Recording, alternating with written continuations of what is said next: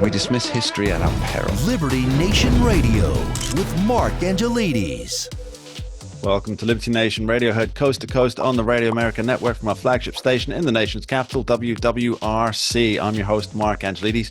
We've got quite the show for you, so let's just get straight into it. Here you are listening to Liberty Nation Radio, heard on WWRC in the nation's capital, Washington, D.C. I'm your host, Mark Angelides. We're very fortunate to have with us today longtime host of this here radio show and Liberty Nation senior political analyst, Mr.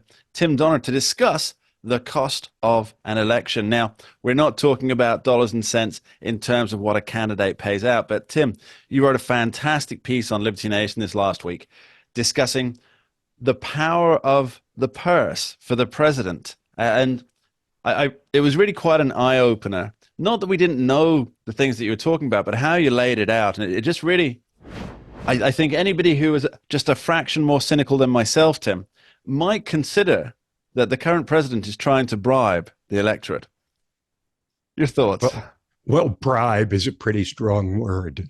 But if you use it in quotes or you use it in a political context, it certainly is. I mean, you know, as you run through it, you see what Biden has tried to do in his bid for a second term. I mean, if he had stuck with what he did in his inaugural address, which was a call for unity at least 16 different times, he might be sitting in the catbird seat looking for a second term. But instead, what he did was he called for unity, and then he called half the country semi-fascists. So that didn't work. He tried Build Back Better, of course, but the inflationary spiral of the trillions that they were throwing at the post-pandemic period led to inflation, rising prices, making life unaffordable. He has tried, in what was the most fateful decision, he tried to, shall we say, encourage his Justice Department and progressive prosecutors in several different venues to simply arrest him, try to imprison him, or bankrupt him. And none of that has worked. As a matter of fact, it's all backfired. So what's a president to do when he is losing basically on every issue except abortion? He's underwater with groups that he dominated in 2020, the young and Hispanics and Black voters.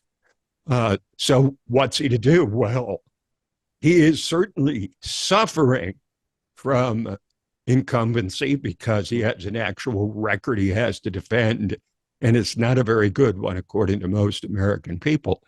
So put all of that together, plus the fact that you have this radical spreading of violence and anti-Semitic protests, which kind of cancel out the January 6th issue, don't they?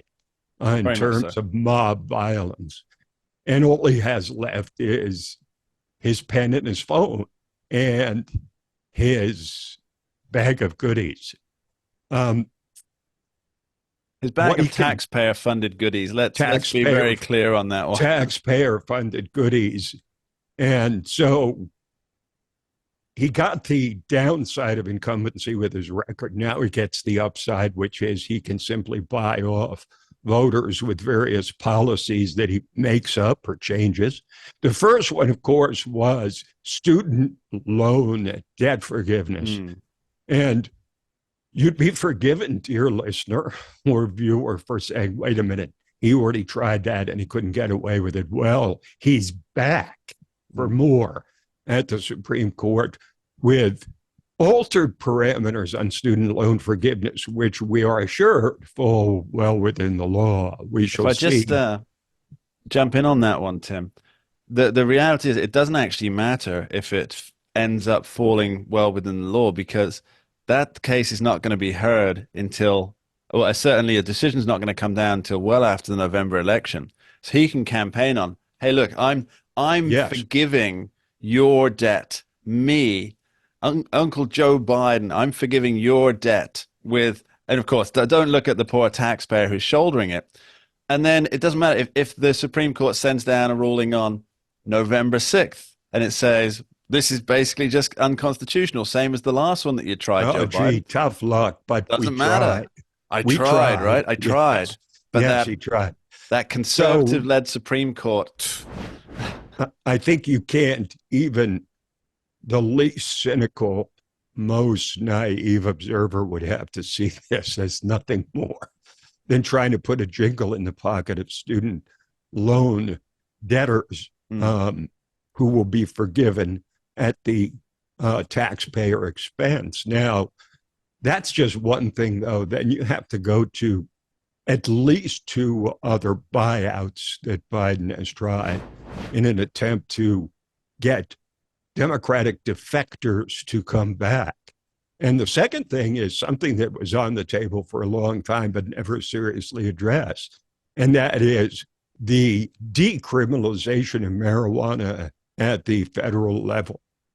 And of course, the young are notoriously have the highest rate of marijuana consumption in the country. So this is a naked attempt to get them to say, well, old Uncle Joe kind of gets it, maybe we'll change our minds and go back and vote for him, even though he has behaved shamefully in the Israel-Hamas war. So that was the second thing. Sorry, I just want to jump on that one as well. Not legal, but decriminalized. In other words, it used to be on the same federal schedule as heroin and LSD. Yeah. And now it has been lowered to a schedule with less or will be is the proposal. Yes. The funny thing is that this is really just a political decision because it's the federal law on it, right? That the federal regulation on it. So on day one of his presidency, Joe Biden could have said, we're lowering the schedule on this, so people won't be federally prosecuted. Not that many are, but people won't be federally prosecuted. Well, it's just a coincidence. Could have done it first day. He just waited until he's underwater in the polls. It's just a coincidence, Mark, that he didn't get around to it until the middle of his re-election campaign. Just What's a the coincidence. third one, Tim? Well, the third one in this rule of three is, let's see if people remember this, because it's back in the headlines, DACA, Deferred Action for Childhood Arrivals, which, of course, was a political hot potato during the Trump years, the first Trump term. And he actually, unbeknownst to most people, Trump actually made a bid to bring DACA, which are the descendants of illegal immigrants, into the fold and as part of an immigration deal. But of course, the left didn't want to do that because then Trump would get credit for a DACA reform. But again, that's something that Joe Biden could have done on day one. He didn't, and he just is getting around to it now in the middle of a re-election campaign. So it's nice being an incumbent, Mark. Yeah. So you've got the rule of three there, Tim. You've got the student loans, marijuana, deregulation, and DACA recipients getting that Medicare money, that Obamacare money. And I'm reminded of Ian Fleming writing for James Bond. Once is coincidence, twice is happenstance, third time's enemy action. We'll be right back with Tim Donner after this short break. Don't go anywhere. We dismiss history at our peril. Liberty Nation Radio with Mark Angelides.